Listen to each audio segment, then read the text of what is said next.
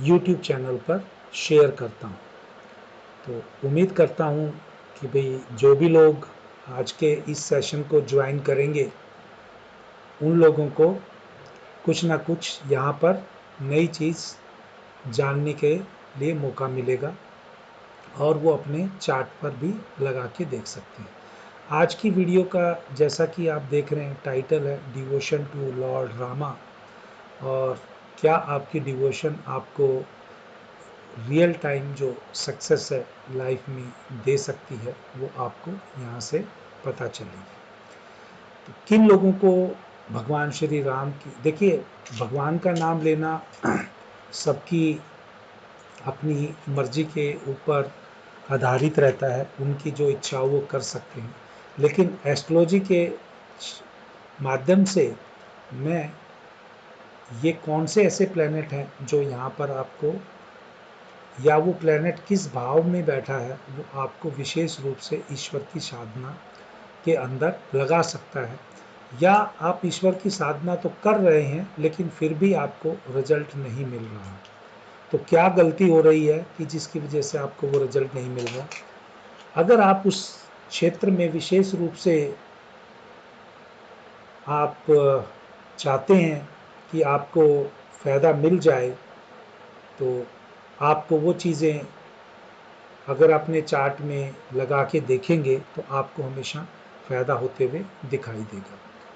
तो जो भी जातक ये सेशन को ज्वाइन करेंगे या वीडियो को बाद में देखेंगे, अगर आपको ये पसंद आता है तो यहाँ पर इस वीडियो को लाइक करना, यहाँ पर अपना कमेंट भी लिख सकते हैं। अगर आप जो वीडियो देख रहे हैं और आप हाइप का वो बटन भी स्क्रॉल करके देख सकते हैं तो हाइप भी कर दीजिएगा। आपके द्वारा हाइप किया गया ये वीडियो कई लोगों की आगे और ज़िंदगी में बदलाव ला सकता है पॉजिटिव, उसका कुछ ना कुछ श्रेय आपको भी मिलेगा। और साथ ही अगर आप वीडियो देख रहे हैं और आपको अच्छा लग रहा है तो चैनल को सब्सक्राइब करना ना भूलें। तो चलिए दोस्तों, आज के जो 3 चार्ट में लेने वाला हूँ विशेष रूप से उनके ऊपर हम बात करते हैं। तो आज का जो मैं पहला चार्ट लेने वाला हूँ उस पहले चार्ट में देखिए, ये तुलसीदास के जो वाइफ ने उनको एक सेंटेंस बोला था, उस संस्कृत में उसका इंग्लिश अनुवाद भी यहाँ पर, या इंग्लिश में उसका ट्रांसलेशन भी लिखा हुआ है, लेकिन वो मीनिंग यहाँ पर मैं डिस्कस नहीं करने वाला हूँ, क्योंकि वो मीनिंग जो है वो ये बताता है कि मटेरियलिस्टिक चीज़ों को छोड़कर आप अगर स्पिरिचुअलिटी की तरफ से या ईश्वर को खोजने के रास्ते पे निकलोगे तो अभी तक आप उस चीज़ को आसानी से पा सकते हो। तो ये 3 स्लाइडें मैं आपके साथ शेयर करूँगा, 3 ऐसे व्यक्तियों की जिन्होंने इस रास्ते पे चलते हुए और मटेरियलिस्टिक चीज़ को त्यागते हुए सक्सेस को प्राप्त कर लिया। 3 में से 2 ने, और एक ऐसा जातक जो इस रास्ते पे चलने की कोशिश कर रहा है लेकिन वो अभी इस रास्ते पे सफल नहीं है। तो उस चीज़ को भी हम इस कुंडली के द्वारा या इन एग्जाम्पल्स के द्वारा पढ़ने की कोशिश करेंगे। पहली कुंडली जैसा कि आप देख पा रहे हैं 6 नंबर की कुंडली है। जुपिटर और केतु लगन में ही बैठा है। ये एक अच्छा कॉम्बिनेशन है डिग्री वाइज। जुपिटर अगर कम डिग्री का हो और केतु अगर हायर डिग्री का हो तो 6 डिग्री पे ही हैं दोनों, लेकिन मिनटों के हिसाब से 35 मिनट पे 51 मिनट पे तो जुपिटर केतु है। ये जातक को गुरु शिष्य परंपरा का चलाने में विश्वास करता है, यानी ये जातक आगे चल के बहुत सारे अपने शिष्य बना सकता है। और शिष्य कब बनेंगे? जब उस जातक के पास दूसरों के देने के लिए कोई नॉलेज होगी। एक इम्पॉर्टेंट जो कॉम्बिनेशन है वो मून केतु का भी है। मून केतु जो है वो कॉम्बिनेशन जातक को इंट्यूशन देता है। थॉट्स जो है वो इंट्यूशन में बदल जाते हैं, यानी जो जातक को जो विचार आ रहे हैं वो इंट्यूशन के अंदर बदल रहे हैं। ये एक मून केतु की पावर है। तो इस चार्ट में जो देखेंगे, मून जो है मघा नक्षत्र में है और मघा नक्षत्र का स्वामी केतु होता है। तो डायरेक्ट अगर आप देखेंगे केतु का जो रिलेशन है 90% केतु मून को इम्पैक्ट कर रहा है, तो इसको हम मून केतु ही बोलेंगे। केतु मून नहीं बोलेंगे, मून केतु बोलेंगे, क्योंकि मून जो है इम्पैक्ट रिसीवर है और केतु जो है इम्पैक्ट देने वाला है। तो हमेशा जब मून कम डिग्री का है और केतु अगर आगे है, हायर डिग्री का है, ट्राइन की जब बात करें, जैसा जुपिटर केतु था, वो एक अलग कॉम्बिनेशन होता है। लेकिन मून केतु को स्टडी करना है तो आप ये भी देख सकते हैं, मून के आगे केतु है सेकंड हाउस में, तो ये जातक जो है इसको इंट्यूशंस अच्छा रिजल्ट देने वाली हैं जिंदगी में। क्यों अच्छा रिजल्ट देने वाली हैं जातक को, इस जातक को जिसकी एक कुंडली है, क्योंकि जो मून है वो मगा नक्षत्र में, और मगा नक्षत्र का स्वामी केतु है, तो मगा केतु का वो कॉम्बिनेशन, मून केतु का कॉम्बिनेशन एक्टिवेट होगा। तीसरा जो एक इम्पॉर्टेंट कॉम्बिनेशन है वो सन केतु का है। जो केतु है वो 6.51 डिग्री का है, जो सूर्य है 16 डिग्री का है, जो आमने सामने है। तो जातक अवश्य ही केतु एक्टिवेट करने से पहले अगर साथ देखेंगे तो राहु बुध और सूर्य, राहु बुध और सूर्य है, तो यहाँ पर राहु ने बहुत इम्पैक्ट किया होगा इसके सूर्य को पहले। लेकिन अगर जातक जब एक पर्टिकुलर एज ग्रुप को जब केतु वाली रेंज में आया होगा, जब एक्टिवेट हो गया होगा, तो केतु प्लस सन हो गया होगा। तो केतु क्योंकि रिसीवर है यहाँ एनर्जी का, और सन जो है 110% ले रहा है, तो इस चार्ट में भी हम इसको केतु प्लस सन की स्टडी कर रहे हैं, ना कि सन प्लस केतु की। लेकिन जो प्लैनेट एक राशि में है या आमने सामने है, वो 100%, 110% एक दूसरे को मदद करते हैं। तो यहाँ पे सन केतु चाहे किसी भी रूप में आए तो भी इम्पैक्ट एक दूसरे को करने की रखते हैं, तो वो जातक को कीर्ति ध्वज योग बनाता है। मून केतु जो है वो बेसिकली जातक को थॉट्स में इंट्यूशन दे रहा है, जो थॉट्स की इंट्यूशन आ रही है। जुपिटर केतु जो जातक को गुरु चेला योग एक्टिवेट कराने की मदद कर रहा है। सूर्य केतु कीर्ति ध्वज योग बना रहा है। साथ में एक और कॉम्बिनेशन की हम बात कर रहे हैं, जुपिटर प्लस सन, जो कि जीव आत्मा योग है। ये ऐसे 4 कॉम्बिनेशन हैं जो जातक को बहुत प्योर रख सकते हैं। जातक का जो प्योरिटी लेवल है, जो अध्यात्म है, वो उच्च कोटि का बनाने में जातक को मदद कर सकते हैं, सहयोग कर सकते हैं। ये प्लैनेट्स वो कॉम्बिनेशन के बारे में बता रहे हैं। लेकिन अगर इन कंडीशंस में भगवान श्री राम का नाम लेना है, या ये जातक ने भगवान श्री राम का नाम लेके कृष्ण भगवान का नाम लिया, तो वो क्यों लिया? क्योंकि यहाँ इनके चार्ट में सूर्य और शनि और शुक्र है। शनि 2 डिग्री का है और शुक्र जो है 0 डिग्री का है। तो शुक्र प्लस शनि बना, तो ये जातक का जो भी विष्णु के भगवान के रूप हैं उनमें प्रोमिनेंट रूप से श्री कृष्ण भगवान का नाम जातक, या श्री कृष्ण भगवान की जो एनर्जी को रिसाइट करते हुए जिंदगी में, या उससे पहले आप शनि से जो है इम्पैक्ट है, क्योंकि गुरु रेट्रोगेट भी है, तो अगर जुपिटर और शनि का अगर इम्पैक्ट लिया जाए तो वो विशेष रूप से शिव जी भगवान को बनाता है।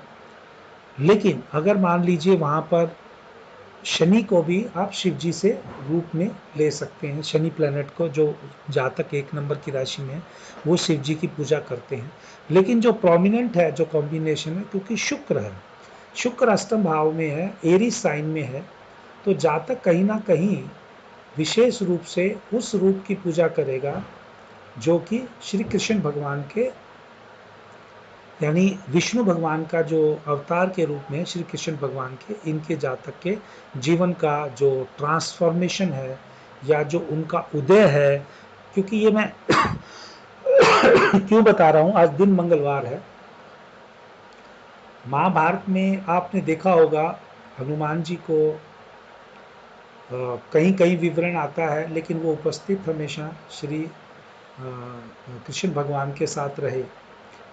और यहाँ पर भी आप इतना ही समझिए कि ये जातक के जीवन में भोग छोड़ने से और श्री कृष्ण भगवान की या कृष्ण रूप की भक्ति करने से जातक के लाइफ में बहुत बड़ा ट्रांसफॉर्मेशन एक्टिव होगा।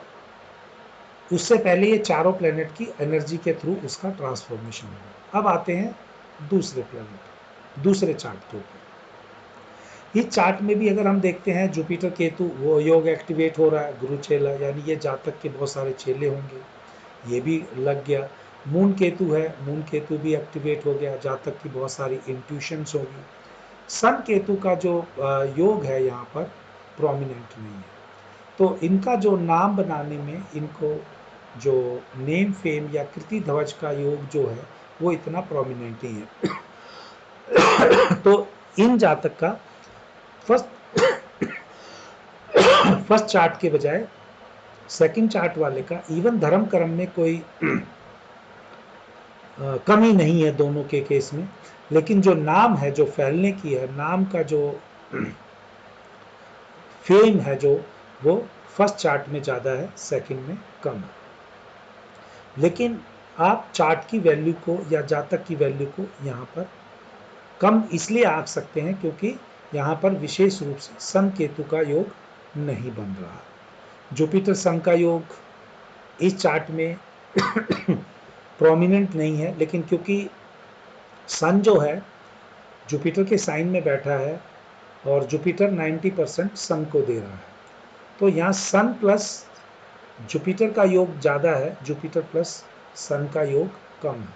तो यानी जो जीव आत्मा योग है वो उतना प्रोमिनेंट नहीं लग रहा। लेकिन अब इस जातक में जो भी जो वीनस 8th हाउस में होने की वजह से, मरकरी जुपिटर के होने की वजह से, जो भी अगर भगवान का नाम है, जो राम का नाम है या राम कथाओं का प्रवचन जो है वो प्रोमिनेंट रूप से यहाँ जातक के लाइफ में जब आया तभी, और इनका राम मंदिर के कंट्रीब्यूशन या राम का नाम लेने का इनकी लाइफ में बहुत ज़्यादा अहमियत रही।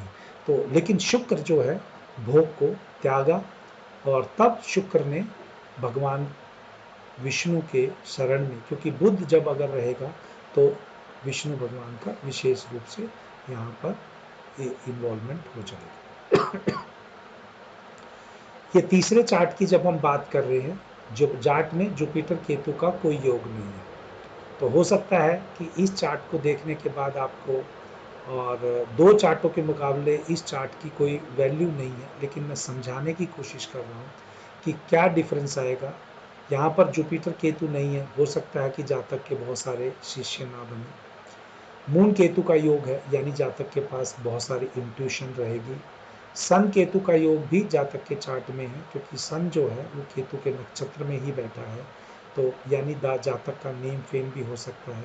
जुपिटर सन का योग भी जातक के चार्ट में बन रहा है, लेकिन वो डायरेक्टली नहीं बन रहा है। वो कैसे बन रहा है जुपिटर सन का योग, क्योंकि जो सन का डिस्पोजिटर जो है मार्स, वो चार्ट में जुपिटर के साथ ही बैठा है, लेकिन जीव आत्मा योग डायरेक्ट नहीं पता चल रहा, तो यानी डायरेक्ट एक्टिवेशन नहीं होगा, किसी एजुकेशन के माध्यम से ही होगा। लेकिन क्या वीनस का और सन का योग होने से, क्या भगवान श्री राम का नाम का उच्चारण करने से क्या जातक को जिंदगी में आगे बढ़ने का मौका मिलेगा, या एक शिक्षा को प्राप्त करने का, या भगवान श्री राम की कृपा इन पर रहेगी? तो मैं आपको फिर बोल रहा हूँ, श्लोक ऊपर लिखा हुआ है, उसको पढ़ नहीं रहा हूँ, यह यहाँ पर मीनिंग है basically, your deep attachment is for this body of mere flesh and bones. जब ये जातक इन सब से बाहर आ जाएगा, if you had even half of this much devotion for lord Ram, यानी भगवान श्री राम का उच्चारण शुरू कर देंगे, you would easily be freed from the fears of worldly existence. तो जातक का अवश्य ही भगवान श्री राम की कृपा प्राप्त होने के चार्ट में योग है। तो दोस्तों, आज दिन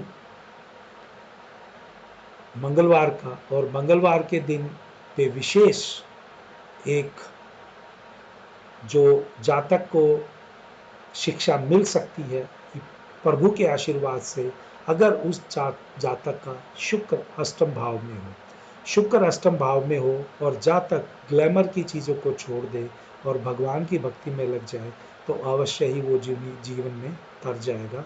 आज का ये जो माध्यम है कुंडली में बताने का, 3 एग्जाम्पल से बताया। अगर जिन जिन जातकों को ये पसंद आए वो इस वीडियो को लाइक करना, चैनल को सब्सक्राइब करना। यहाँ आप अपना चार्ट की बर्थ डिटेल भी शेयर कर सकते हैं। अगर आपका शुक्र अष्टम भाव में है और आपने ग्लैमर की दुनिया को छोड़ दिया, फिजिकल डिज़ायर को छोड़ दिया और भगवान की भक्ति में लग गए और आपको वहाँ पर ट्रांसफॉर्मेशन मिला और आप जीवन में आपको ये प्रेजेंस हुआ कि आपके पास भगवान मदद कर रहे हैं, तो यहाँ पर अपने कमेंट्स जरूर लिखिएगा। जय श्री राम। लेकिन आप ये लिखने से पहले ये जरूर देख लीजिएगा क्या आपने भोग का रास्ता छोड़ दिया है और योग यानी ईश्वर की प्रार्थना का रास्ता, स्पिरिचुअलिटी का रास्ता अपना लिया है, तभी ये आपको एक्टिवेट होते हुए दिखेगा। तो देखते रहिए उन्नति एस्ट्रो वाला। अगर आपको वीडियो पसंद आया हो तो इसको चैनल को सब्सक्राइब करना, यहाँ कमेंट भी करना।